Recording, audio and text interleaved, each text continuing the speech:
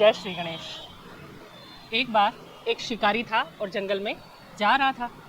रास्ते में उसको घोड़े पे एक राजकुमार मिला, वह भी उसके साथ हो गया। चलते चलते आगे जाकर उनको एक तपस्वी और एक साधु मिला, वो भी उनके साथ हो लिए।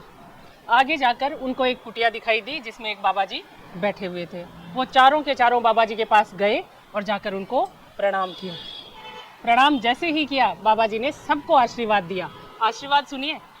राजा के पुत्र को कहा चिरंजीव रहो, तपस्वी को कहा कि तुम मर जाओ, साधु को कहा तुम चाहे जियो चाहे मरो, तुम्हारी मर्जी, और बचा शिकारी तो उसको कहा ना तुम जियो ना तुम मरो। अब बाबा जी के मुख से ऐसे आशीर्वाद सुन के चारों अचंभित हो गए। उन्हें कुछ समझ में भी नहीं आया कि आशीर्वाद मिला क्या है आखिर। तो उन्होंने हाथ जोड़े और बाबा जी से पूछा कि बाबा जी, आपके आशीर्वाद का मतलब हमें तो समझ में नहीं आया, आप ही बता दीजिए।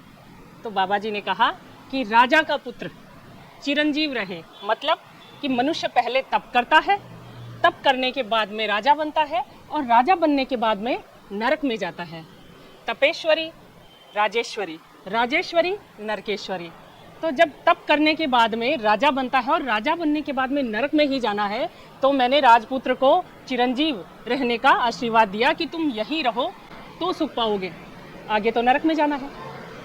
तपस्वी को ये आशीर्वाद इसलिए दिया कि तुम ना जियो, तपस्वी है, तपस्या करेगा और अपने शरीर को कष्ट देगा, इसलिए आगे जाएगा तो भगवान के धाम को जाएगा, आनंद प्राप्त करेगा, या फिर तपस्या के बाद क्या बनता है, राजा बनता है। तो या तो आगे जाके भगवान के धाम को प्राप्त करेगा या फिर वापस आके राजा बनेगा।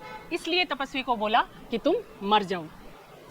साधु देव को इसलिए बोला कि तुम जियो चाहे मरो, क्योंकि साधु जो होता है वो भजन कीर्तन में रहता है, अपने व्यवहार से, अपने उपदेश से लोगों के जीवन को संवारता है, सुधारता है। तो वो यहाँ भी आनंद का भोग कर रहा है, परधाम में भी जाएगा, वैकुंठ में भी जाएगा, तो वहाँ भी आनंद में रहेगा।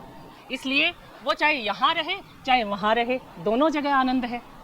अब बचा शिकारी। तो शिकारी अगर जिंदा रहा तो जीवों को मारेगा, पाप करेगा, तो तुम जिंदा भी ना रहो, पर मर जाएगा तो उसको नरक की प्राप्ति हो जाएगी। इसलिए तुम मरो भी नहीं, तुम ना जियो ना मरो। सबको अपने आशीर्वाद समझ में आ गए, और उन बाबा जी के उपदेश से अगर कोई भी अपने जीवन को सुधारना चाहे तो सुधार सकता है कि एक साधु ही ऐसा होता है जो यहाँ भी प्रसन्न है तो वैकुंठ में भी प्रसन्न ही रहेगा। या फिर ऐसे कह सकते हैं कि साधु की संगत करने वाले और भगवान का नाम लेने वाले, शुभ कर्म करने वाले यहाँ भी कभी दुखी नहीं होते और भगवान के धाम में भी हमेशा सुखी रहते हैं। ओम नमो भगवते वासुदेवाय नमः।